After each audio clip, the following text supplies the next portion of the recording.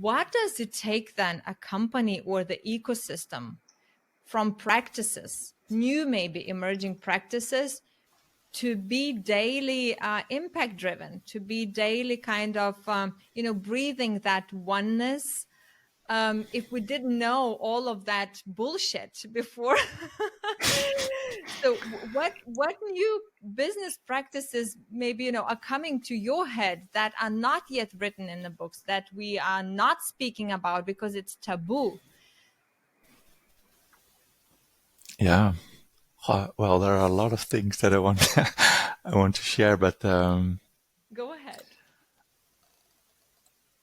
I like to make it simple, right? So if there weren't any books or literature or schools who are telling me the old stories about management, I think we listen better to what people tell us and what they ask us.